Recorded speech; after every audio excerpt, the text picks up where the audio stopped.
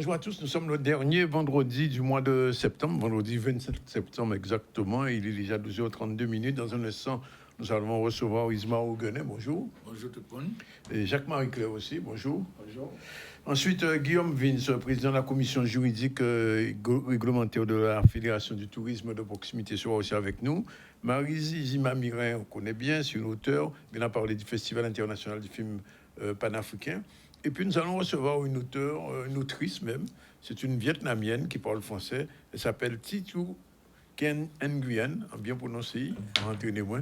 Et on va finir avec Marilène Ferdi, la directrice opérationnelle du campus Luminas. L'actualité, on va commencer tout de suite avec le lancement de la Semaine Bleue. C'est parti.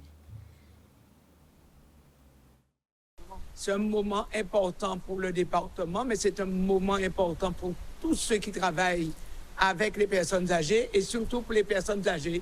C'est une semaine qui leur est dédiée. Bougeons ensemble pour entretenir la femme. C'est l'année olympique, c'est le thème national de la Semaine Bleue. Vous savez que la Semaine Bleue, ça fait depuis 73 ans qu'on organise la Semaine Bleue dans tout le territoire français.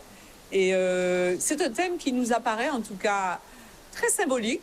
Bougeons pour bien vieillir. Vous le savez, les médecins le répètent tous les jours, nous devons bouger, et puis bouger ensemble aussi pour faire face à ce grand défi du vieillissement de la population en Guadeloupe. Le lancement, c'est la conférence qui se passe au Loup-de-la-Wawa. Les centres communaux d'action sociale vont organiser dans leurs communes respectives des manifestations pour les personnes âgées et le département a ce temps fort d'ouverture. Mais le deuxième temps fort, c'est la marche le vendredi 4 octobre à Saint-François, où nous partirons de la place de la Liberté, de la place de la mairie et de l'église pour aller à Raisin-Clair au son du Cas. Nous avons tout intérêt, en tout cas, à préserver ces liens intergénérationnels dans notre pays Guadeloupe et replacer le senior. Le senior est vraiment celui qui connaît, qui sait, qui doit être reconnu, qui doit être aimé, qui doit être accompagné par les pouvoirs publics pour son insertion sociale, son insertion dans le monde de la culture, dans le sport, voilà. Les personnes âgées, c'est vrai, il y en a qui ne peuvent pas se déplacer, mais elles participent à la vie de la cité. Elles transmettent aussi leur savoir aux jeunes générations et puis elles prennent goût aussi de sortir et de montrer qu'elles existent. Donc, bougeons ensemble avec nos personnes âgées. Et la flamme, c'était bouger. Faisons du sport, dansons. Oui, alors Isma Ouguenet, bonjour, puisque nous là, pour nous parler de Poema de l'eau, ni Poema de l'eau toujours. Vous savez qu'actuellement, là, il y a un grand meeting qui a fait au niveau à l'ONU. On a eu l'occasion de parler de ça. C'est juste ça, mais on a des informations. L'ONU a décidé d'attaquer le gouvernement français à ces questions de l'eau là. Non, plusieurs, parce que la France ne veut pas respecter cette obligation qui est importante. Ouais. Vous savez, depuis 2010, ils ont voté de l'eau et service public de l'eau potable. Sont un bulletin qui est indispensable à l'exercice de tous les autres droits humains. Ouais. Ça veut dire que, et vous constatez que finalement, près de 8 millions de gens sont morts chaque année à cause de l'eau là qui n'est pas potable. Là. Donc, il faut assurer de l'eau potable. Or, en Guadeloupe en particulier, eh bien, là, on regarde la qualité de l'eau, là, ça pose problème. Et l'ONU a attaqué en particulier pour les petits monde. Ouais. Parce qu'il ne faut pas de petits monde qui risquer de brûler de l'eau. Non. C'est pourquoi la France a attaqué. Et vraiment, ils ont attaqué. Même, ils ont fait une première sommation, déjà menacé, etc. Pour y rentrer dans les rangs, pour y assumer que, en fait, que de l'eau, que les petits monde en Guadeloupe, au moins, qu'elles sont de l'eau qui est bon. Et c'est qualité de l'eau là très compliquée en Guadeloupe. Et c'est pourquoi ils ont attaqué la France au niveau de l'ONU. Mais la commission là, il s'occupe de ça là, vraiment. Ah non, mais il y a une réunion, d'après ça va à Genève là, actuellement. Et là encore, qui est la France qui peut cacher encore. Bon, c'est bizarre. Bon, sinon, au niveau de la Guadeloupe. Alors, on dit nous avons des questions à l'assainissement qui sont un problème qui est très grave. Ouais. Puisque le service, ça, c'est un service public de l'eau potable et de l'assainissement. Si vous voulez, nous avons oublié l'assainissement. Parce que si vous voulez, de l'eau là, il y a au là, alors, il y a traité de l'eau là dans l'usine et une canalisation qui a mené à Kazan. Oh, ouais. Bon, il y a traité, c'est dépollué. Normalement, mais comme nous expliquons le problème de la canalisation, là, les l'eau arrivent à Kazan, ils prennent un bon état. Eh bien, après qu'il y a servi de l'eau là, ça a pollué. Oh, ouais. Vous faites vaisselle, vous faites qualité de l'eau là, vous allez aux toilettes, de l'eau là, on ne peut pas rejeter dans la nature. Les normes, notamment, et directive 4 de l'Europe des pays en 2000, eh bien, il faut de l'eau là, il faut retourner dans la nature, retourner dans des conditions débarrassées de toute impureté. Or, pour ça, fait, ni un service public assainissement, donc assainissement des eaux usées. Une idée par aussi d'ailleurs, on parle au cas de SPAC, c'est le service public de l'assainissement collectif, et deuxième là, c'est le SPAC, c'est le service public de l'assainissement non collectif. Mais nous occupons-nous sur le collectif là. Parce que nos collectifs sont bas, encore plus grave. Alors, collectif là, si vous voulez, pourquoi obligé fait ça? Parce qu'il faut déployer de l'eau là. C'est qu'arrivé en Guadeloupe, nous n'avons pas qu'à comprendre que l'environnement est un enjeu majeur. Parce que si on pollue l'environnement, on peut mettre en cause avec nous à pays là, avec nous à tout le monde là. Il faut nous, génération, nous trouver quand même en bon état. Famille en nous, laisser pays en bon état, mais génération en nous, et puis les responsables qui gèrent, les politiques, c'est nous qui avons laissé son pays en très mauvais état avec tout le monde là. C'est rien. Alors, et pourquoi on a dit ça? Parce que, si vous voulez, ni deux bitins à dans le réseau d'eau potable là, ni les usines, il a dépollué les stations d'épuration, et ni la canalisation. Il a conduit ces eaux-là dans l'usine là. Alors, contrairement à l'eau potable là, l'usine en amont, et il a voyé Ibao, mais là, à présent, l'usine là, il y a un bout de réseau, et il a toute canalisation là, qui a mené dans l'usine là, et l'usine là, qui a dépollué de l'air avant d'envoyer dans la nature. 80%, les stations d'épuration pas au nom. 80%, ils pas au nom. Ça veut dire que ils ont jeté de l'eau dans la nature et qui a pollué la nature. Et c'est ça qui est grave. Et sans compter, nous n'avons pas obligé d'expliquer ça, parce que n'importe qui côté où vous voyez une station d'épuration, on va sentir parfois impossible de vivre certains côtés. Il y a un problème qui est arrivé dans les canalisations, comme pour de l'eau là, ces canalisations-là, ils sont vétus, ils sont dégradés, ils sont pas bons. Tellement parfois, de l'eau potable et de l'eau assainissement usée qu'à communiquer. Et c'est qui a posé un problème là. Parce que le fait que ces canalisations ne sont pas bons, vous savez que pendant qu'il a drainé de l'eau là, il a peigné ces bitins-là, de l'eau à la pluie qui rentre dans ça. Vous comprenez? L'eau à la pluie. Mais c'est l'aide de l'eau à la pluie rentre dans ça. Mais on peut voir à Guadeloupe, par exemple, là où vous voyez la bitin, eh bien c'est il a bourré l'usine là. Parce que l'usine là, par exemple, station d'épuration là, il fait péter pour traiter en volume de l'eau. Mais paquet de l'eau à la pluie là, il a rentré en réseau là, il a vu faire que l'usine là, il ne peut pas traiter ça. Est-ce que vous comprenez? Donc, déjà, il est obligé de mettre des usines surdimensionnées. Ça, il a fait que nous avons dépensé plus que ça ne peut être fait. Et deuxièmement, du fait que puissance à de l'eau là qui arrive dans l'usine là, qui a fait un problème de dysfonctionnement à cette station d'épuration là. Ça, c'est un premier bité. Donc, on peut voir que ça a montré que nous ne pouvons pas traiter correctement toutes ces eaux là, et on va tomber, on va répartir dans la nature, tout mal propriétaire, etc. Conséquences, c'est ça qui est grave. Parce que pour nous, c'est simple. Conséquences, ça a des conséquences, effectivement, si les eaux, par exemple, est côtière. Ah oui, que toute l'eau là, ça arrive en mer. Ah, et là, il arrive en mer là, qu'est-ce qu'il a fait? Il a tombé dans la mer là, et toute pollution aille. Et ni des organismes qu'on les court, très importants, les récifs coréens, c'est lui qui a barré. S'il y a une bonne santé, ça veut dire de l'eau en bonne santé. Mais si vous voyez ces coraux là, comme moi, mais c'est le cas actuellement. Aïe, mais sont 400. Alors, c'est une richesse énorme pour la Guadeloupe, les récifs coréens contre la Guadeloupe. Eh bien, est-ce que vous savez que assis, c'est 15 zones de récifs coréens, rien qui au sein qui est en bon état. Tous les autres, en mauvais état, ça a entraîné mort à ces coraux-là, ça grave mort à coraux. Parce qu'en fait, c'est toute une biodiversité. Il y a mort en Guadeloupe, et vous savez, on peut une biodiversité, il va revenir. Ou bien il faut mettre des centaines d'années ou des dizaines d'années pour revenir. Mais surtout, le fait que quoi il a comme mort, toute une série de bêtes, tout poisson, mon qui ne peut pas revenir. Et notamment, des poissons qui viennent manger, ça il a fait, et bien il a pris les bitins, il a empoisonné ces poissons-là, il a des bitins comme ciguatera, etc.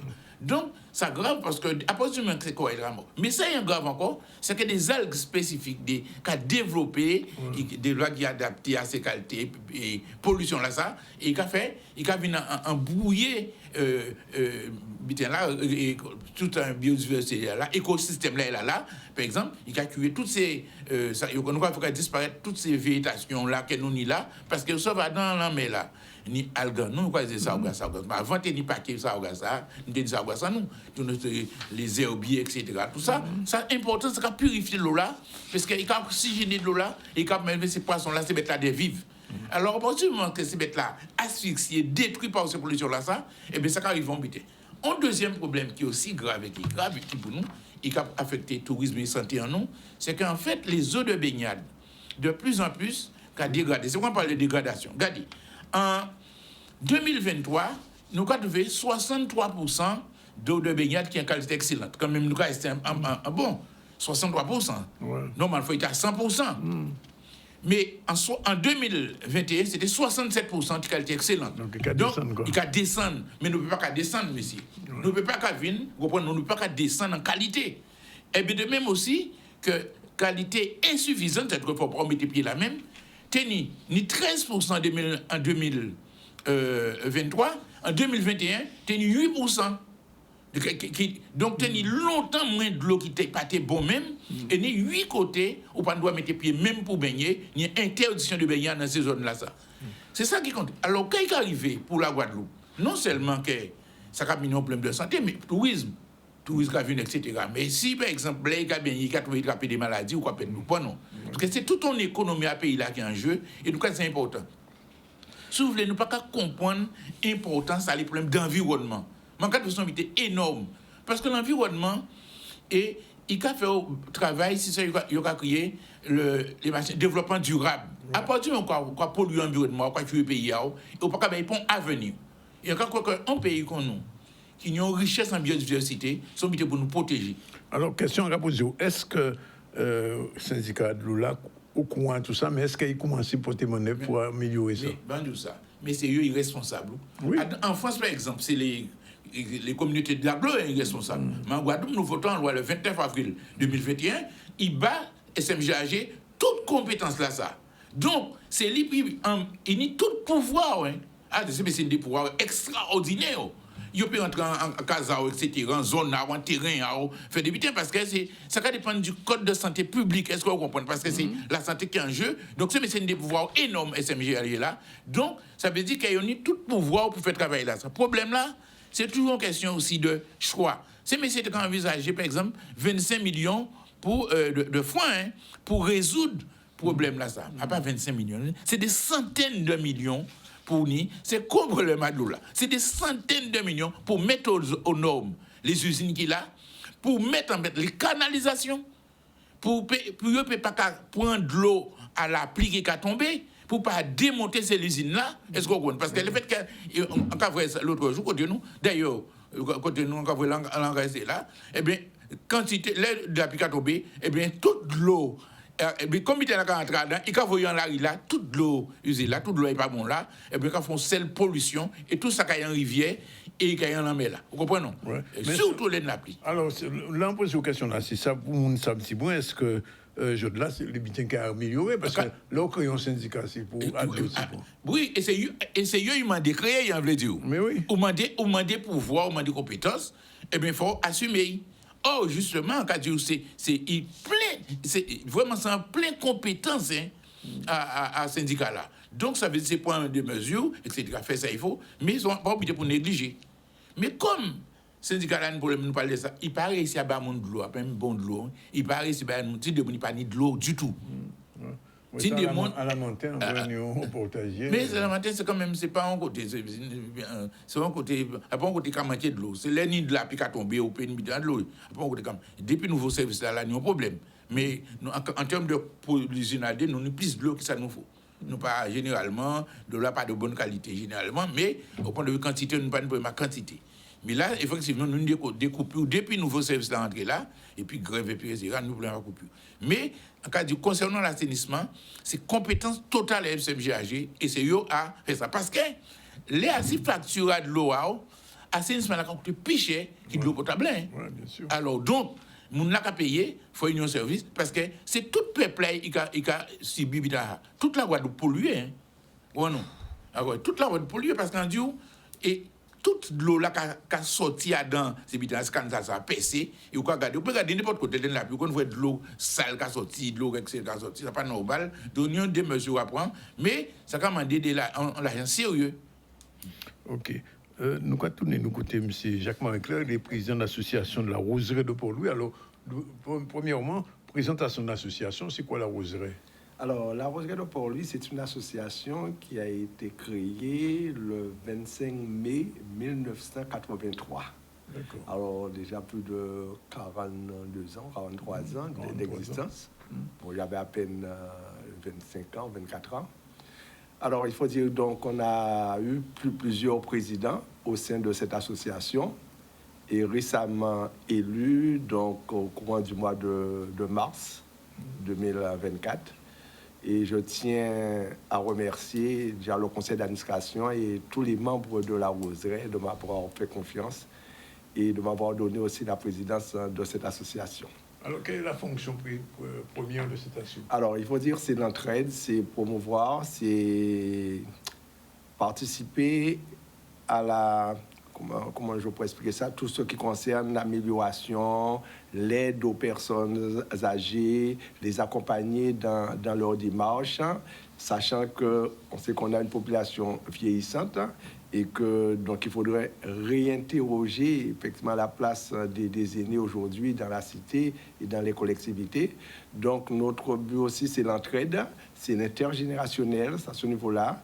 Et donc, c'est apporter effectivement notre concours et toute notre aide au sein des personnes âgées dans la collectivité, dans la cité. Le pays est en train de vieillir, de toute façon. Alors, ça, c'est une très bonne question. Effectivement, que le pays est en train de vieillir. Et c'est la raison pour laquelle je dis, si on a porté des réflexions sur la préparentalité, aujourd'hui, il faut s'interroger sur l'arrière-préparentalité dans la mesure que la population vieillit d'année en année. Donc, il faudrait se poser les bonnes questions. Comment accompagner les personnes âgées dans leurs tâches au quotidien? Est-ce que les EHPAD répondent effectivement à ces besoins? Les gens sont en perte d'autonomie.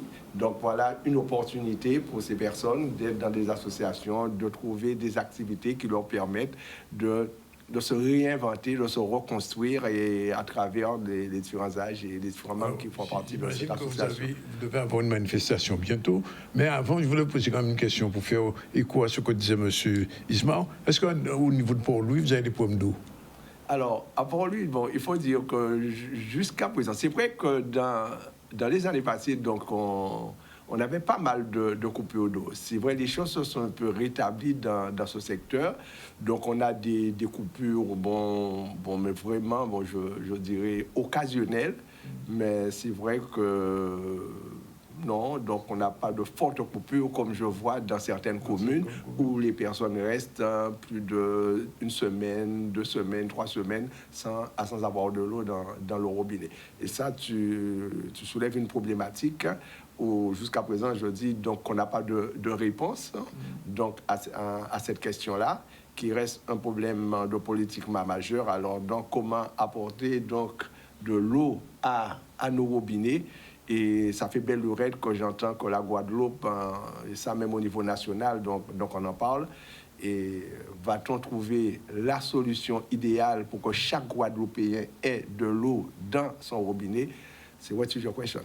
Voilà. Alors, venons un petit peu à la Roseraie. Alors, la Roseraie va organiser ces jours-ci, puisqu'on est dans la semaine bleue. Effectivement, la semaine bleue, dont le thème est bouger ensemble pour entretenir la flamme. Alors, nous ne sommes pas restés donc là à ne rien faire, donc passif. Donc, nous avons profité de cette occasion pour mettre en place, pour concocter un programme pour nos aînés, pour nos mandats, mais aussi pour tous les aînés de la commune de Port-Louis, où nous invitons vraiment toutes les personnes retraitées, personnes âgées, à participer aux différentes actions que nous mettons en place.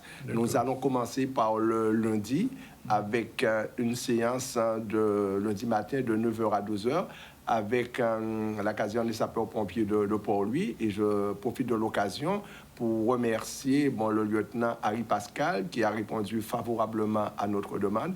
Entre-temps, j'avais sollicité la Croix-Rouge, qui n'a pas daigné donner une réponse à notre demande. Au moins, donc, les pompiers de Port-Louis ont répondu favorablement. Et là, nous attendons vraiment tout le public port-louisien, personnes âgées, jeunes, à participer à cette journée qui consiste effectivement à une démonstration, à des informations, les premiers gestes qui sauvent, les gestes de premier secours. Alors ça, c'est pour le lundi. Pour le mardi, alors lorsqu'on parle de bouger ensemble pour entretenir la flamme, on a une flamme qui s'est éteinte. C'était notre première vice-présidente qui nous a quittés malheureusement en juin dernier. Et là, nous avons une forte pensée pour elle.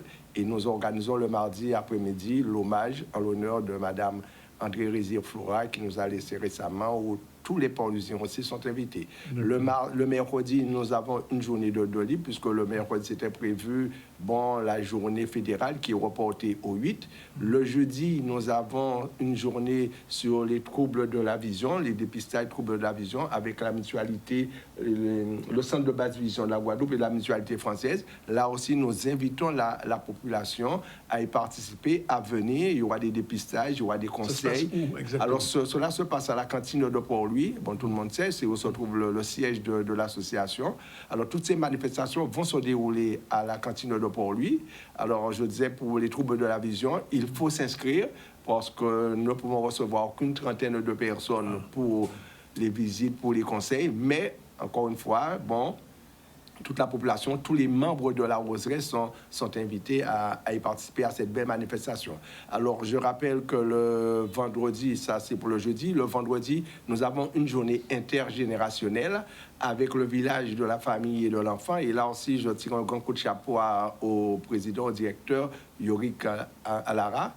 Donc, nous allons participer avec les lycéens, donc une classe au niveau du lycée, intergénérationnel, échange, discussion sur la pratique d'une danse, la danse quadrille, et aussi une question, une problématique que l'on va poser, comment passer de la danse quadrille pour arriver au bouillon. Et l'après-midi, avec les idées, vous allez faire ça. Oui. Alors, il y aura une discussion, comment on peut passer de la danse quadrille, et donc on arrive au bouillon. Donc, voilà, donc tout ceci pour dire qu'on met en valeur l'intergénérationnel, les échanges entre jeunes et personnes âgées. Et là aussi, donc, l'après-midi sera réservé à une séance de poterie, donc toujours avec le village de la famille de l'enfant. Le samedi, nous aurons une marche et on va se retrouver le samedi midi ensemble pour partager un pot toujours à la cantine dans un restaurant de la commune. Au restaurant de la commune. Situé dans la commune, pour ne pas le nommer le 117. Alors, quand on prend la présidence d'une association comme ça, c'est compliqué à gérer au quotidien? Alors, comme je l'ai dit au départ, donc, je renouvelle encore mes remerciements à tous les membres de l'association.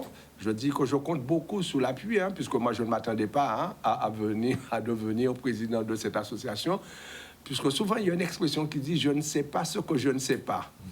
Alors, donc, comment c'est arrivé? C'est une de nos membres, dont je fais partie d'une association de théâtre, qui m'invite à participer à la chorale de la Roseraie, me disant qu'il y a la chorale à la Roseraie et qu'il n'y a pas d'homme. Il y a un seul homme, mais je dis, ça ne m'intéresse pas. Elle me dit, mais non, tu viens. Et finalement, je participe à cette séance. Et quand la séance est terminée, donc elle me demande comment tu l'as trouvé. Je dis, non, c'est pas chaud, non, c'est pas emballé. Elle me dit, mais reviens quand même mardi. Je reviens le mardi d'après, et quand je reviens le mardi d'après, donc, elle me dit, comment tu as trouvé à nouveau? Je lui dis, pas mauvais. Je lui dis, tiens, mon père avait une manie de chanter. Je ne pense pas que cela va retomber sur moi. Et 2 jours après, il y a un membre de l'association qui m'appelle et qui me demande pourquoi qu'il souhaiterait que je prenne une adhésion au sein de l'association. C'est ainsi que j'ai pris une adhésion. L'Assemblée générale s'est déroulée en 2023. En 2024, je me retrouve président de l'association à la demande de la première vice-présidente qui nous a laissé. Bon travail, M. Marie-Claire. Et puis, pour cette semaine bleue, c'est votre première semaine bleue, en fait. Alors, c'est notre première semaine bleue en tant que président. Et là, je lance un appel en disant que j'invite tous les Port-Louisiens, je dis bien tous les Port-Louisiens à participer à ces différentes manifestations. Je compte aussi sur la participation des membres pour que ce soit une réussite. Bien. Et bonne semaine bleue à tout le monde. Avant de partir, je voulais poser une dernière question à Ismar. Pour les gens qui ont écouté, parce que le problème a de l'eau qu'a posé, problème, est-ce que les associations ont porté mon œuvre? Oui, d'après moi, quand même, ces associations-là, qui ont fait ça, il faut répondre présent. Ouais. Et par exemple, là, on est en réunion à 6h30 à la maison des aînés la matin, justement parce que la sort prend de l'eau là la matin, mais il ne peut pas communiquer, le monde ne peut pas connaître rien de l'eau, quel que soit son problème qui n'est pas, par exemple, une coupure à coup, ça veut dire que courant l'a coupé, peut-être que c'est bien électrique, ça n'a pas fonctionner, mais pour le monde pas au courant, on ne pas ni de l'eau 2 jours, nous pas ni information. Ensuite, nous te demandons ces missions en compte, c'est pour répondre. Parce que moi, premier bitin, nous besoin de savoir qui a règlement au cas dit. Parce que ou là, il faut toutes les factures au monde, mais nous besoin de ce qui base ou fonctionner. Donc, en cas c'est ça. Donc, et les autres associations, LKP, il y a pas mal d'associations de LKP, il d'autres pas de LKP, on n'a qu'à rouler. Parce qu'en cas, vous avez des bitins, il y a fait, il y a défendre. Premier bitin, c'est défendre les usagers.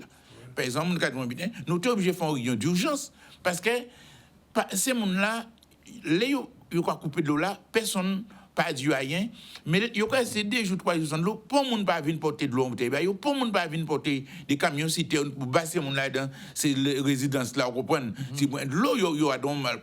Parfois, quand 5 personnes dans une case, un problème d'hygiène, vous comprenez? Mais c'est tout de suite pour bailler de l'eau. Vous comprenez? Donc, nous avons fait une mobilisation, une réunion là, pour nous résoudre le problème là. Parce qu'il faut une bonne solution. Les paniers ni couper à l'eau, débris, porter manœuvre, il faut distribuer de l'eau là, porter de l'eau à monde, pour y faire ça, il n'y a fait. Voilà. Merci Isma, merci monsieur Marie-Claire. Et puis bonne semaine bleue. Merci. Et à bientôt Isma, à bientôt. Et il y a pratiquement 13h, 12h58, la suite des événements avec l'arrivée tout à l'heure de monsieur Guillaume Vince et madame Isma Mirin, tout de suite.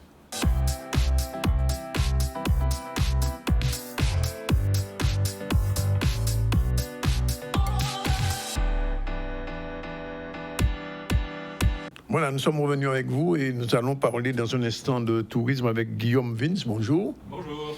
Et un peu plus tard, on va parler de cinéma puisque le Festival panafricain de Cannes a commencé depuis le 23 et sa chargée de communication est avec nous, Marie-Zima Mirin. Bonjour. Oui, bonjour. On va commencer le 23 octobre. 23 octobre. 23 octobre, c'est pas 23 septembre. Ah, donc on a le temps, Bien, on va faire un petit tour sur l'actualité très rapidement. Parler des futurs diplômés universitaires pour les formateurs d'adultes en situation d'illettrisme, très important. Reportage Charlie Dagonia, on regarde. Nous avons mené une action de formation des professionnels de la lutte contre l'illettrisme en Guadeloupe en 2023-24 et la suite naturelle qui s'est offerte à nous, c'est de proposer un diplôme universitaire destiné aux personnes qui sont déjà formatrices ou qui ont un projet de formation vis-à-vis d'acteurs en situation d'illettrisme. Ça peut être tout simplement quelqu'un qui est formateur dans un domaine, je vais dire par exemple la mécanique, auto, et puis qui se trouve confronté au fait que soit de ses collègues sont en situation d'illettrisme. Et yes we can, c'est ça qu'on peut dire. Ouais, enfin un diplôme à la maison, un diplôme qui ne nécessite pas qu'on se réveille à 3h du matin pour suivre des visios en distanciel, un diplôme qui est adapté à la réalité et économique et à la situation des professionnels en emploi, un diplôme qui tienne compte de leur Guadeloupe, un diplôme qui tienne compte de la culture guadeloupéenne. Et donc c'est pour tout ça que oui, c'est un vrai succès, c'est une victoire. Le diplôme, attention, n'est pas encore créé, la maquette du diplôme existe, un budget a été établi, des financements vont être reçus, et là, dans quelques jours, les documents vont prendre le chemin de la validation par les instances de l'université.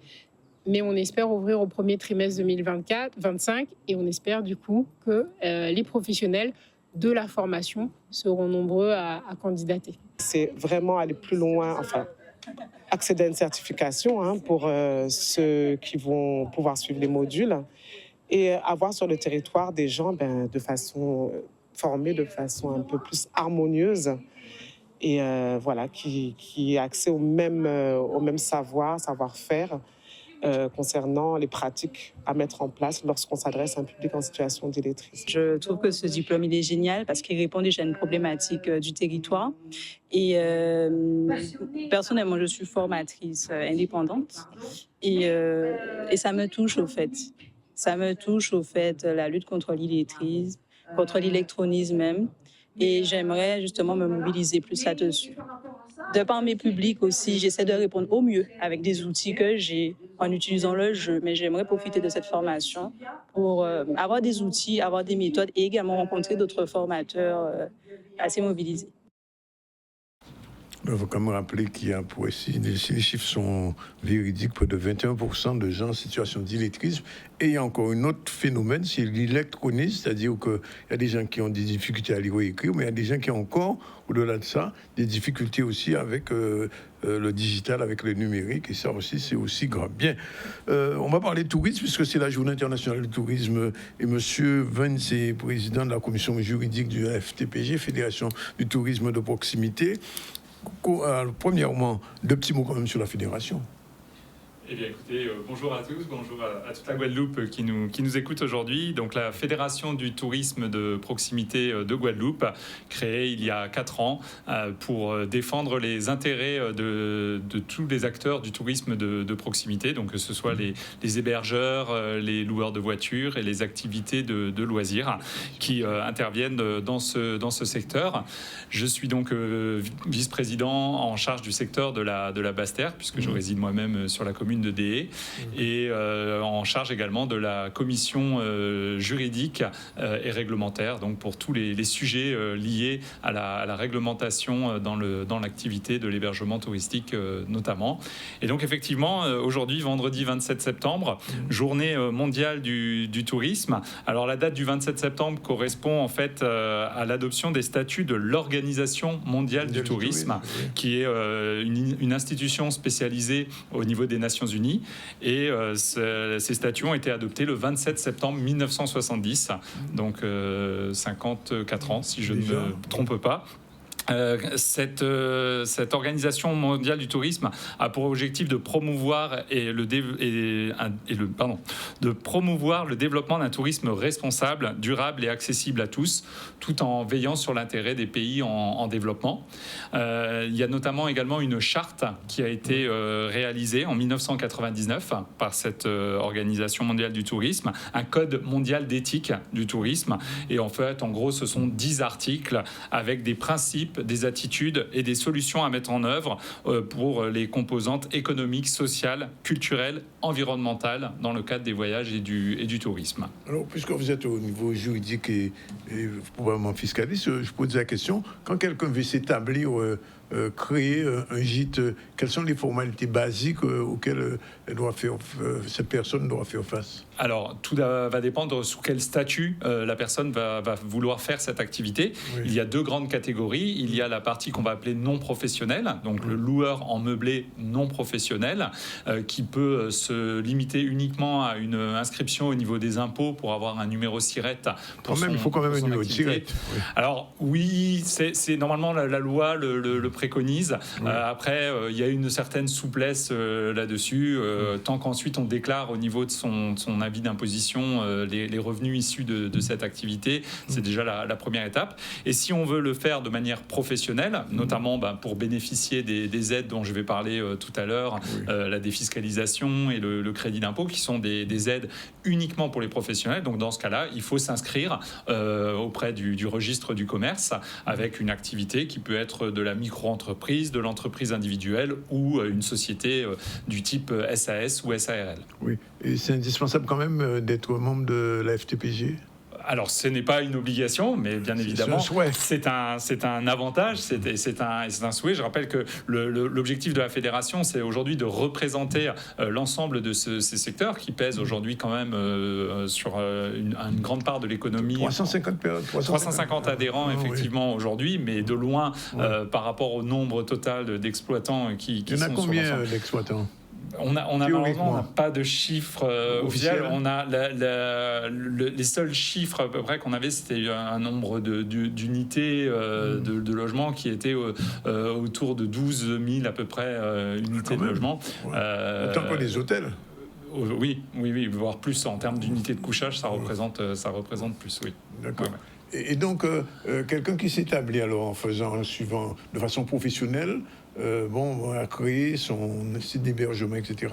fiscalement, elle a droit à des aides de l'État ou des collectivités? Exactement. Donc, moi-même, au niveau de mon activité professionnelle, en dehors d'être au niveau de la Fédération du tourisme, je suis consultant en développement d'hébergement touristique. Et donc, mon métier, c'est d'accompagner des porteurs de projets ou des exploitants pour pouvoir leur faire bénéficier effectivement de tout ce qui est les aides financières qui, aujourd'hui, bien qu'il y a eu des nouvelles restrictions et une réglementation un peu plus dure sur certains aspects, existe toujours. Et effectivement, donc, quand on va investir dans ce domaine d'activité, il y a des aides qui existent. Il y en a au niveau de la région Guadeloupe notamment. Et moi, je voudrais aujourd'hui parler plus spécifiquement des aides qui sont plutôt sur des aides d'État, donc des aides fiscales, qu'on va appeler la défiscalisation ou le crédit d'impôt sur les investissements productifs. Donc ça va concerner à la fois la création toute neuve d'un hébergement touristique, que ce soit une villa. Concret, on part de zéro. On part de zéro, exactement, c'est ça, voilà. Ou alors ça peut être également un aménagement. On a une maison qu'on va transformer en hébergement touristique. Ou alors on est déjà en exploitation depuis au minimum 2 années et on va vouloir faire un renouvellement ou des agrandissements, donc changer du mobilier, changer son électroménager, rajouter une piscine, un jacuzzi, voilà. Donc tous ces éléments-là, c'est ce qu'on appelle des investissements productifs et peuvent donner lieu à des aides qui peuvent aller de 28% à 38,25% du montant investi. Et j'imagine avec un dossier béton. Alors il faut effectivement, il y a des contraintes administratives, juridiques, et c'est pour ça qu'effectivement des consultants peuvent être nécessaires pour faire cet accompagnement. Aujourd'hui, le point sur lequel je voulais particulièrement revenir, c'est que dans le cadre de la loi de finances 2024, il y a eu une évolution assez importante sur l'exploitation des hébergements touristiques, avec maintenant une obligation d'avoir 4 services de type para-hôtelier qui deviennent obligatoires pour pouvoir bénéficier donc des aides en défiscalisation ou en crédit d'impôt. Ces 4 services, c'est d'une part la fourniture de draps et de linge de maison. Ça, c'est assez classique. En général, on le trouve assez facilement. La deuxième obligation, c'est un service de ménage régulier. Alors, que veut dire régulier? C'est-à-dire que ce n'est pas uniquement le ménage, comme on le fait très régulièrement, en entrée et en sortie du locataire. Il faut également pouvoir proposer en option, bien évidemment une option payante, mais que si le locataire souhaite un ménage intermédiaire pendant son séjour, qu'il puisse bénéficier de ce service. Tout comme on doit lui proposer l'option d'un petit déjeuner. Là aussi, bien évidemment, c'est payant, c'est une option payante. Il n'y a pas de all-inclusive Non, de base, non. À la base, la location de meublés de tourisme, c'est uniquement la fourniture d'un logement. Voilà. Ça, c'est vraiment la base de l'activité. Mais effectivement, dans le cadre maintenant de ces aides et de la professionnalisation de ce secteur, on demande donc ces activités para-hôtelières.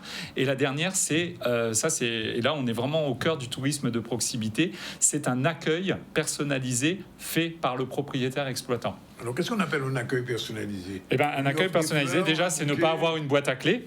C'est déjà ça. C'est-à-dire qu'il y a une personne physiquement qui est là au moment de l'arrivée pour vous accueillir. Alors après, les services comme un cadeau de bienvenue, une bouteille de jus de fruits, des fruits, un bouquet de fleurs, d'un petit verre de boisson locale, tout ça, c'est apprécié. Mais en tout cas, là, ce qui est dans le critère, c'est surtout que ce soit l'exploitant qui soit présent. Alors malheureusement, ça met un gros frein à l'utilisation de mandataires, type les conciergeries, aujourd'hui, qui se sont beaucoup développés. Il faut des professionnels, pratiquement. En fait, l'idée que ça défend derrière cela, c'est que c'est vrai qu'on a vu beaucoup d'investissements de personnes qui ne résident pas en Guadeloupe, qui ont acheté des biens pour les mettre en location touristique, et d'où le développement, effectivement, des conciergeries. Et je crois que l'esprit de cette loi, et c'est ce qui se rapproche un petit peu de ce qu'on défend au niveau de la Fédération du tourisme de proximité, c'est justement que le client soit accueilli en proximité, avec un contact, une personne qui est là, que ce soit à son arrivée, mais aussi tout au long de son séjour. Voilà, donc aujourd'hui, c'est vrai que ce point de la loi va faire évoluer quand même les choses sur les aides et les personnes qui peuvent en bénéficier, mais quand même, finalement, peut-être au profit de ceux qui résident en Guadeloupe et qui exploitent leurs biens en habitant sur place. Et vous avez le sentiment que ce dispositif est suivi suivi, j'ai envie de dire, exécuté réellement, surtout le 4e point? Alors, comment dirais-je, le texte a été mis en place en décembre 2023. Il est récent. Il est très récent, et surtout la note explicative qui a véritablement, comment dirais-je, précisé ces différents aspects date seulement du mois de juillet. Donc, vous voyez, il a à peine 2 mois par rapport à sa publication. Donc, aujourd'hui, effectivement, il faudra quand même, on a la liste des pièces et des justificatifs à fournir lorsque l'on fait le dossier. Oui. Maintenant, à l'heure actuelle, pour vous dire quel sera le suivi dans le temps, je ne peux pas aujourd'hui y répondre à la place des administrations fiscales qui sont en charge de ces contrôles. Alors, si je comprends bien, vous intervenez à 2 niveaux, en tant que responsable de la fédération, mais aussi en tant que consultant.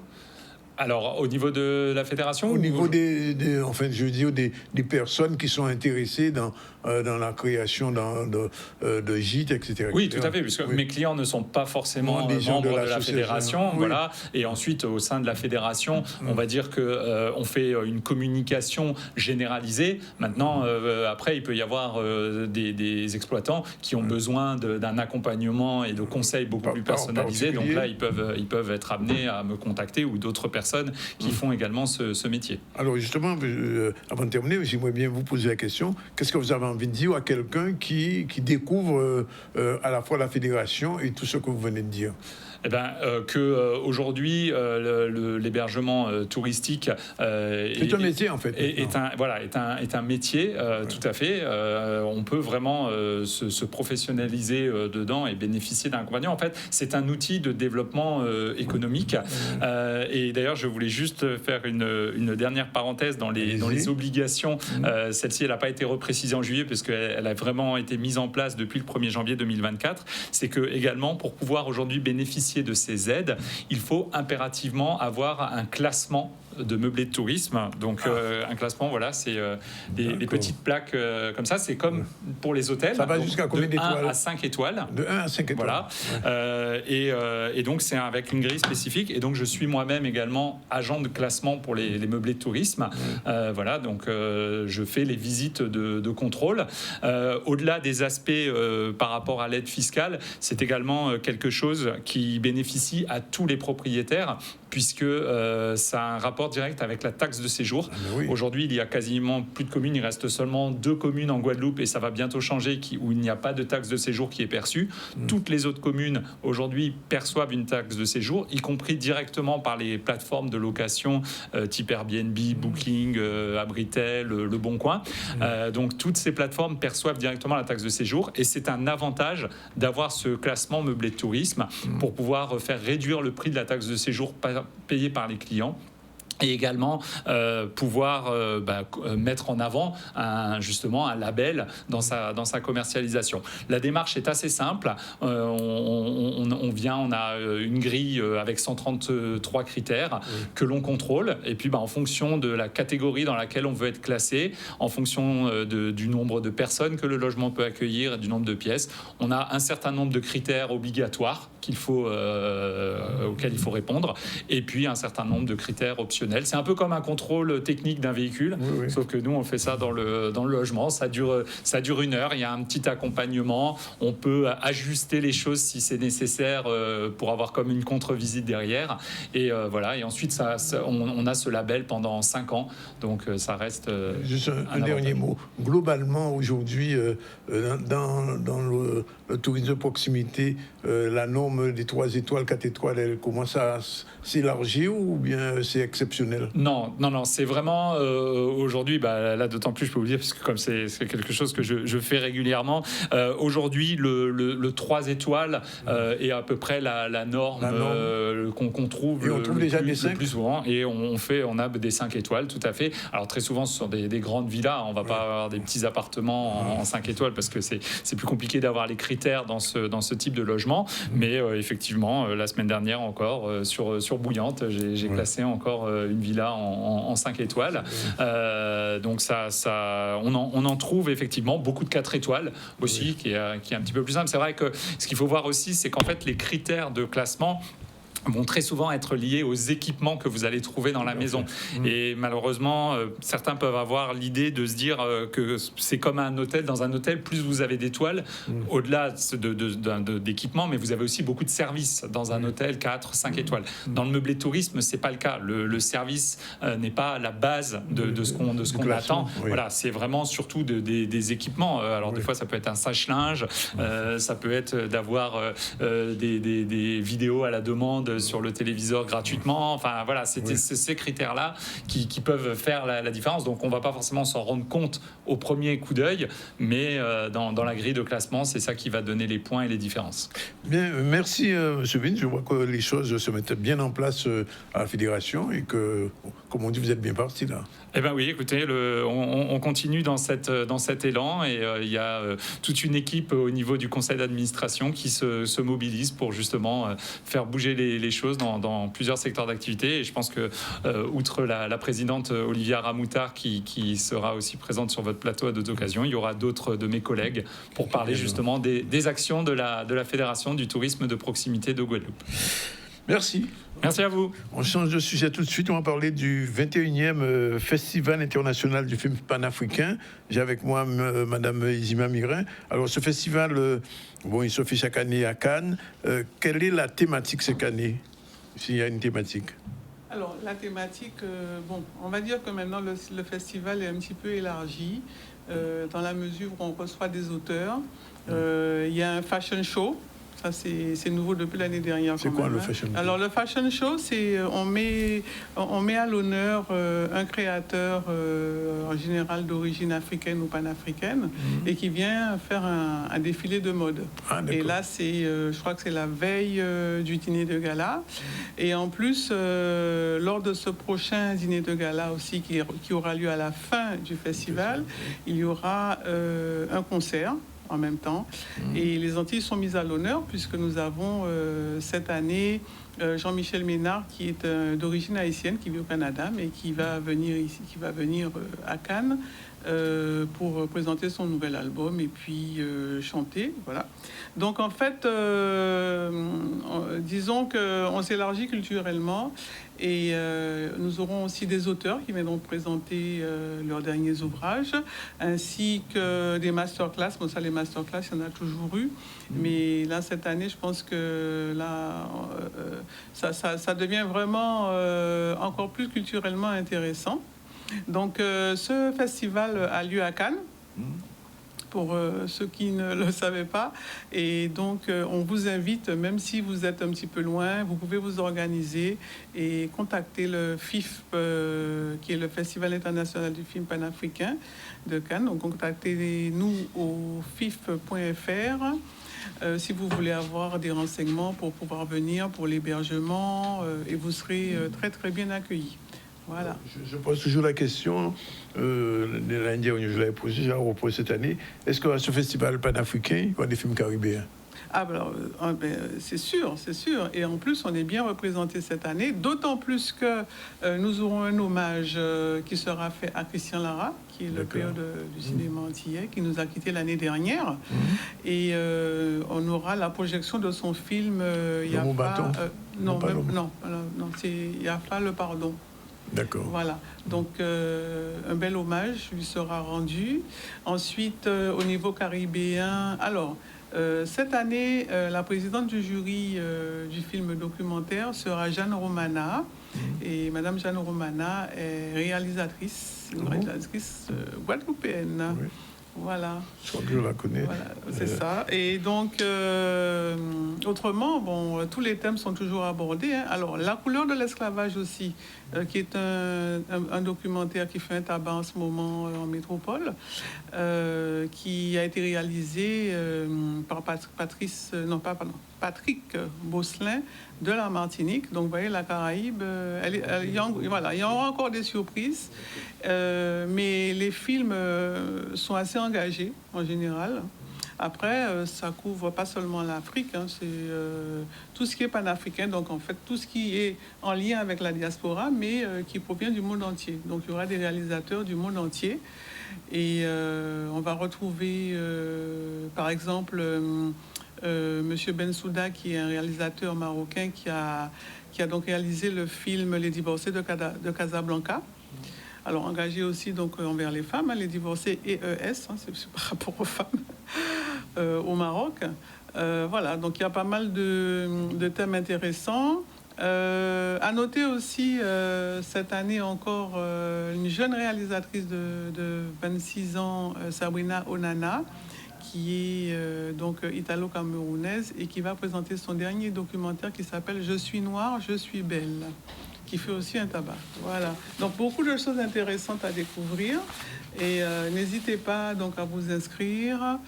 Et voilà. Donc, vous savez que l'émission est vue en France, donc les Guadeloupéens ou des non-Guadeloupéens qui vous voient souvent peuvent encore s'inscrire au festival. Ah ben, tout à fait. Oui. Et comme je disais, s'organiser pour venir. Nous avons une sélection d'hôtels. Enfin, quand je dis nous avons, c'est pas moi qui organise. Hein, c'est Oui. c'est le président fondateur qui est Monsieur Basile Ngangue-Ebele. Voilà, Oui. on peut voir ici. Je ne sais pas si vous avez des C'est lui images. qu'on voit en mais couverture. voilà. Ok, donc c'est quand même la 21e édition. Et l'année dernière, on avait appelé ça l'édition royale. Royale édition, la 20e royale édition, parce qu'on avait invité. Il y avait une reine. Il y avait beaucoup de rois. De rois du Cameroun qui avaient été invités. Voilà.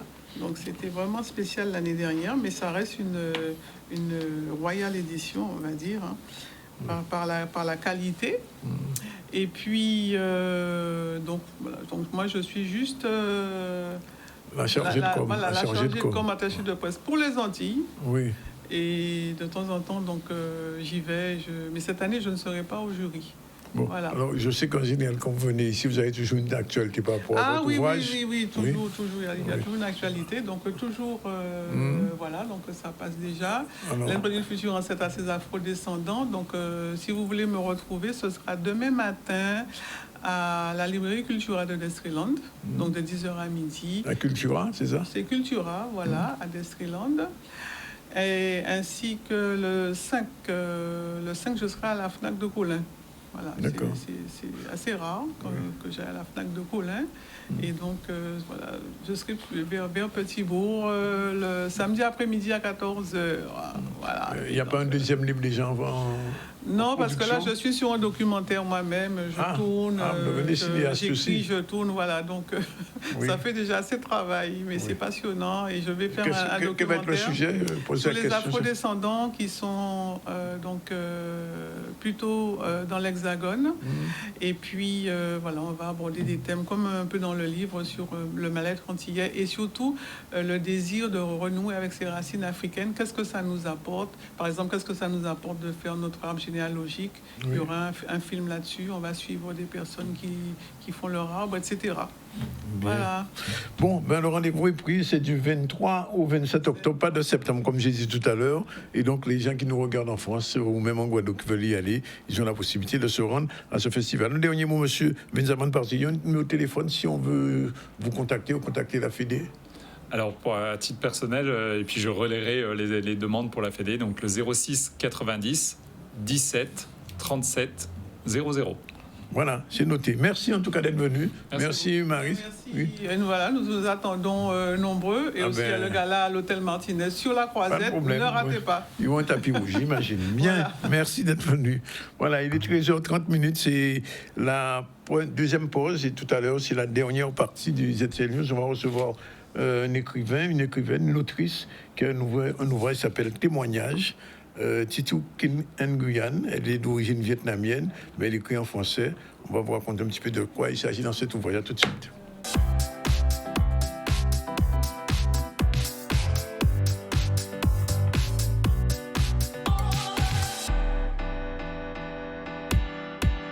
Voilà, il est exactement 13h36. C'est la dernière séquence du ZCL News. Dans un instant, on va recevoir Madame Titou Nguyen, c'est bien ça? Oui. Et je vous dis ciao, bonne seng. C'est comme ça qu'on dit bonjour. Ciao. Voilà, exactement. Alors, elle va nous parler de son ouvrage Témoignage. Un ouvrage un peu particulier, je disais, qui raconte une histoire d'une rencontre avec quelqu'un pendant toute l'histoire. Et puis, on sent quand même qu'il y a beaucoup de religions. Bon, vous êtes catholique? Oui, je suis catholique, oui. D'accord. Au Vietnam, le catholicisme est développé?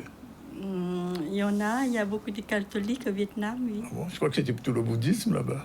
Ah oui, mais il y a de tout au Vietnam. Hein. Donc, la majorité, c'est les bouddhistes, et puis après, c'est les catholiques. D'accord. Oui. Et vous vivez en Guadeloupe depuis 24 ans Voilà, je vis en Guadeloupe depuis 24 ans. Oui. Et vous êtes retourné au Vietnam depuis En 2022. Oui. Pour aller voir ma maman qui était malade depuis. Oui. Et la situation est beaucoup plus apaisée maintenant au Vietnam depuis la fin de la guerre, depuis les années 75. Oui, c'est un peu plus. Dans quel Vietnam vous êtes, au nord ou au sud? Au centre. Au centre? Oui. D'accord. La ville principale là, c'est quoi? La ville Ho Chi Minh Ville. D'accord. Ah, Ho Chi Minh Ville. Oui. Ah, d'accord. Ah, bon, on va parler de témoignages. Alors, je pose la question, mais on reviendra vers vous tout à l'heure. Témoignage, mais c'est un témoignage en fait. Hein. Oui, c'est le fameux témoignage qui est dans l'extrait de la Bible. Tout à fait, j'ai vu sur la parole de Matthieu au 14. Bien, on revient rapidement à l'actualité avec Iman News qui est là. Bonjour.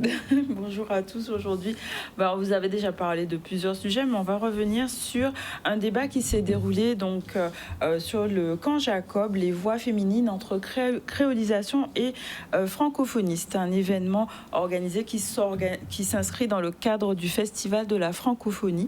On va avoir un reportage d'Olivier Félix. Je pense qu'il faut en effet prendre toute la mesure de cet événement, puisque l'Université des Antilles a répondu à un appel à projet international qui a été lancé par le ministère de l'Enseignement supérieur dans le cadre précisément du festival de la francophonie, lui-même adossé au sommet mondial de la francophonie qui aura lieu pour la première fois depuis 33 ans en France hexagonale, au mois d'octobre.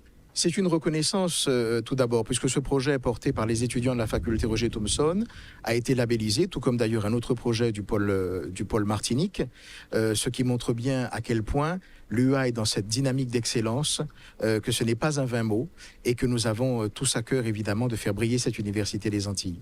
C'est très très important de pouvoir parler de la culture et de faire rayonner notre langue.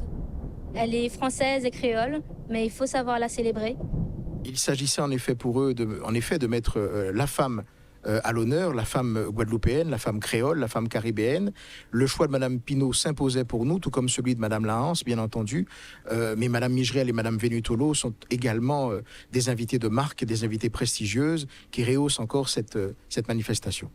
Elle représente justement notre communauté, notre héritage, notre mémoire. Et à travers son témoignage, l'on a voulu partager cela avec les étudiants et permettre aux étudiants de poser des questions et de se reconnaître. Parce que tous ces livres parlent de forcément quelque chose qui va nous toucher, quelque chose que l'on a vécu ou que nos parents, nos grands-parents ont vécu. Et nous voulions mettre à l'honneur la femme.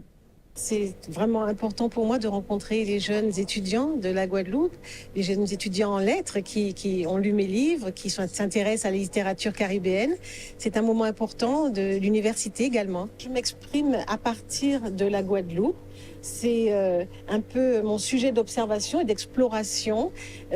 J'aime raconter des histoires qui se passent à la Guadeloupe. J'aime parler des femmes et des hommes de la Guadeloupe. J'écris aussi pour les jeunes lecteurs. C'est une façon pour moi de témoigner de la présence des Antillais à ce monde. C'est une façon pour moi de dire que ces mondes ne sont pas des petits mondes, qu'il y a de l'humanité ici, qu'il y a de la vie, qu'il y a de l'imagination, qu'il y a de la créativité et qu'il y a de l'espoir surtout. Voilà, c'était à l'université, c'était hier à Saint-Claude. On va parler non pas de l'université, mais du JCL, puisque c'est l'heure du Zoom du campus. Générique, c'est parti. Le journal du campus Luminance, c'est l'info sur l'audiovisuel, le cinéma et la culture. Le JCL vous donne rendez-vous à 13h30, le lundi, le mercredi et le vendredi, dans le ZCL sur Canal 10.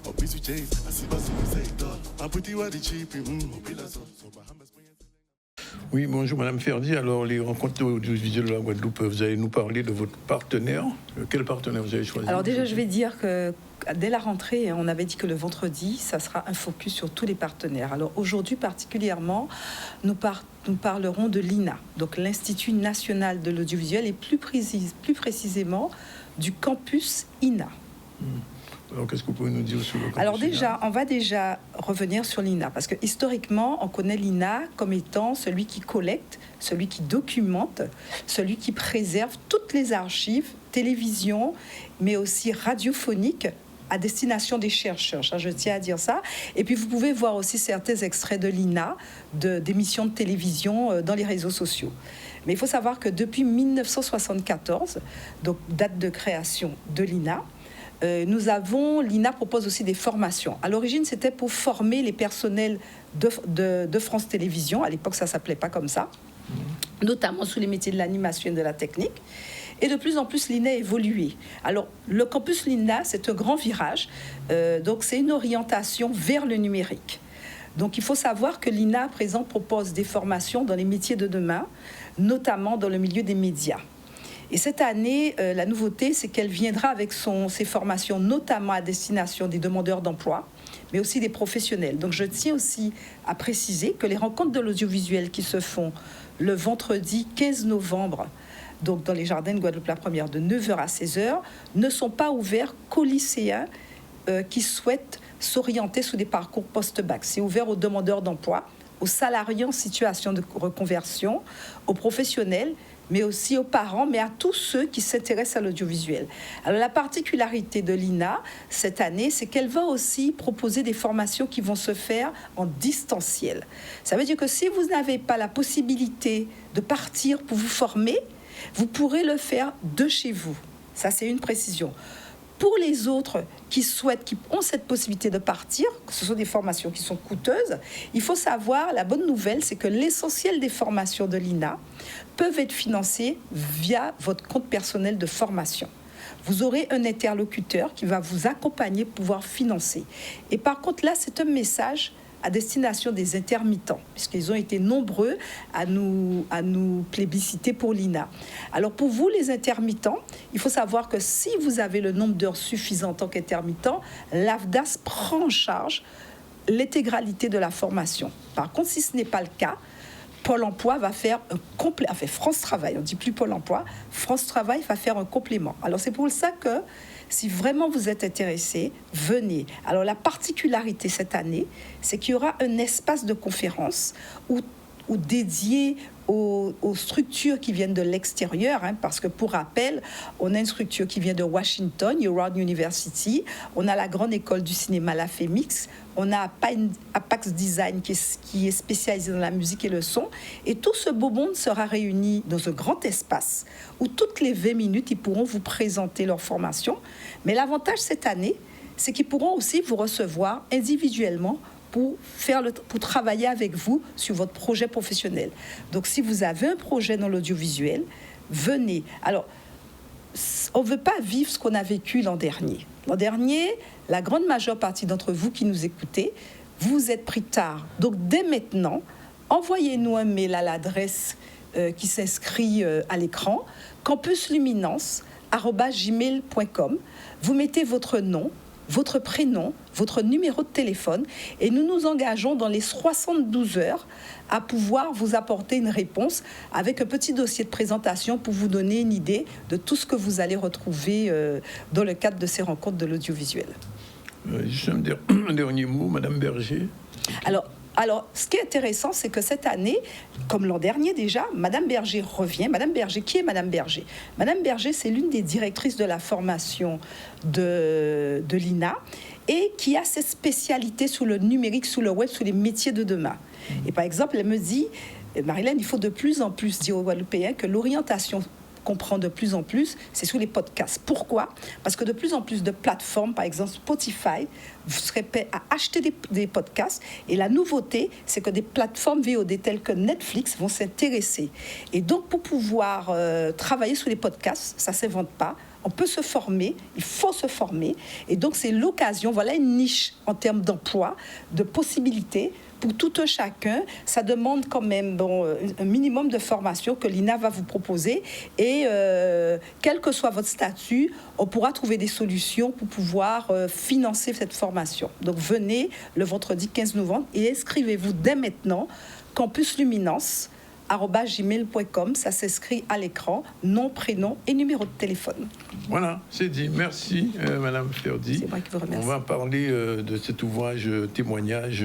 Alors, je lis ce qui est écrit sur l'esprit de Matthieu, puisque vous êtes très, très catholique, très chrétienne.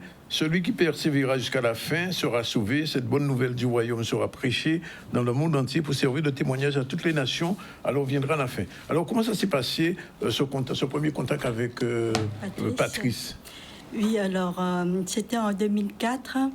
Je suis allée à un salon d'ameublement à Paris et j'ai rencontré cet homme commerçant, homme d'affaires. Et en rentrant en Guadeloupe, j'ai recontacté cet homme pour passer une commande des échantillons et pour passer une commande après, parce que j'avais une entreprise en Guadeloupe qui prospérait. Et puis, dans notre conversation, tout à coup, à un moment où il avait un blocage auprès de son fournisseur, et puis s'est dévié après en spiritualité. Alors, j'ai conseillé. Quand vous le rencontrez, vous savez déjà qu'il est même religion que vous? Non, rien du tout. Parce que j'ai lu le courrier, je vois que vous voyez pratiquement le même message pratiquement tous les jours. Oui, c'était pour parce que je voulais avoir des échantillons parce que j'avais une commerce à faire fonctionner. Oui. Et donc, je voulais passer une commande auprès de lui. Et puis, voilà, il y a eu un problème. Il avait un problème avec son fournisseur. Et du coup, j'ai voulu m'allier à lui pour aboutir à quelque chose. Et puis, tout à coup, la conversation s'est déviée en spiritualité. Donc, je lui parlais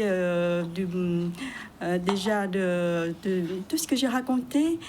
C'est tellement étrange parce que c'est comme si à un moment je dis des choses, mais vraiment ça m'a tellement surpris moi-même à la fin, parce que des choses mais qui ne dépendaient pas de ma volonté. Et après, quand au fil des années, au fil des pages, on m'a remis la neuvaine de la sœur Faustine, et c'est tout ce que j'ai raconté, ça correspondait exactement à ce qui était marqué dans la neuvaine. C'est-à-dire que l'humanité actuellement est loin de Dieu. Oui. Donc, malgré les progrès de la civilisation, de notre époque moderne, l'homme est tiraillé, est en guerre, avec toutes les douleurs, toutes les souffrances qui existent actuellement, qu'on connaît. Et donc, c'est pour ça que je dis que à la fin de l'ouvrage, il y avait carrément un message du Seigneur. Parce que, disons que... Vous pensez que réellement que la rencontre avec lui était une rencontre, j'aime dire, dédicacée, prédestinée, je ne sais pas, c'est arrangé par là-haut, et du coup... on dirait que Dieu nous a utilisés pour délivrer son message. Et son message, c'est que nous arrivons à la fin des temps, bientôt, à l'Apocalypse. Et donc, il faut que chacun de nous, et au niveau individuel, au niveau mondial, qu'on puisse se préparer à cet événement de retour du Christ. Oui. Et voilà. Ce que je vois, le 9 juillet 2004, vous dites « L'humanité s'est de plus en plus éloignée de Dieu. » Oui. Du Christ et de l'Église. C'est pour cette raison que malgré les progrès de la civilisation, les hommes se trouvent malheureux, tiraillés, divisés, châtiés par les guerres. Quand vous dites ça, vous faites référence à ce qui s'est passé dans votre pays, mais à ce qui se passe aujourd'hui encore? Dans le monde entier, actuellement, je ne suis pas spécialisée, enfin, axée sur mon pays ou en Guadeloupe, mais c'est je parle en fait par rapport au monde, dans le monde de ce qui se passe actuellement. Oui. Et puis, à l'époque aussi, il y avait déjà la guerre en Irak. Oui, bien sûr. Et puis, voilà.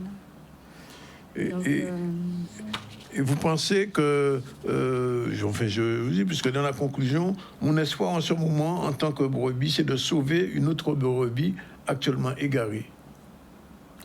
Oui, parce que Patrice, il est, on va dire qu'il est cartésien, il ne croit pas à l'existence. Il n'est pas vietnamien, Patrice, non? Non, c'est un Français. C'est un Français. Et donc, il est... à un moment, il disait carrément... peu importe s'il en fait exil, si tant pis pour l'enfer. Donc, quand quelqu'un qui va droit au mur, Oui. je peux pas rester inactive. Et puis donc, il faut très bien bouger. Et puis, donc voilà, le message du Seigneur, c'était ça. C'était que lorsque le monde va connaître Jésus, va entendre parler de lui, et quand le monde aura savoir, quand le monde saura ce qu'il en est de son jugement, eh bien, ce sera la fin. Ce sera la fin. Vous êtes devenus amis finalement après? Non. Qu'est-ce qui est devenu Patrice? Parce terminé, qu'à la fin, vous ne dites pas qu'est-ce qui est devenu Patrice? Pardon? Patrice, qu'est-ce qu'il est devenu? Où est-il? Voilà, mon livre est terminé, donc l'histoire est terminée aussi? Voilà, donc voilà. Il n'y aura pas de suite? Il n'y a pas de suite apparemment. J'espère qu'on se reverra un jour, je ne sais pas. Mais le contact continue? Vous continuez à lui envoyer des messages? Non, il n'y a plus de messages. Mais bon, comment Dieu a dit d'arrêter les messages? Non, à un moment, j'ai dit nos chemins se terminent ici. Donc la suite, je ne sais pas. Seul Dieu saura. Donc, je ne sais pas encore. Mais voilà, donc... vous savez, je regardais votre émission hier sur... l'avenir, le débat, le fameux débat de l'avenir pour la Guadeloupe. Oui. Et je me suis dit, la grâce doit commencer quelque part. Donc, moi, je vois bien la Guadeloupe. Vous savez, c'est quoi la force de la Guadeloupe? Dites-moi. Moi, je vois déjà la Guadeloupe, c'est une belle île. C'est une île en forme de papillon. Donc, c'est comme si une chrysalide qui s'est transformée en papillon de toute sa beauté.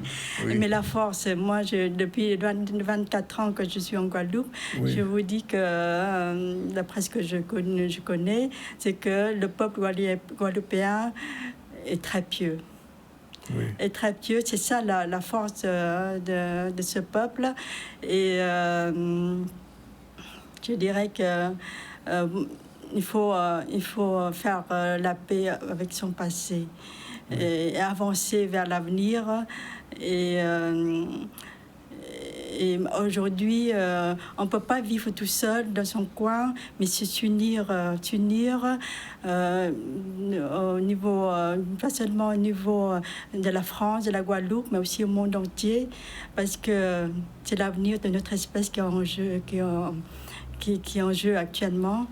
Mais la paix n'aura jamais lieu si on ne s'unisse pas.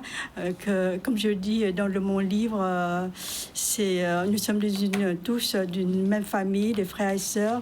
Oui. Nous avons qu'un Père, le Père Céleste, la Mère Céleste. Je dis que dans mon livre, c'est la religion catholique qui est la seule religion qui existe, d'après la révélation que le Seigneur a voulu que je dise dans ce livre.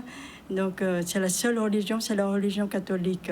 Parce que dans le ciel, on m'a révélé que dans le ciel, il n'y a qu'un Père, une Mère, et puis le Fils, Jésus-Christ, uni dans l'Esprit Saint.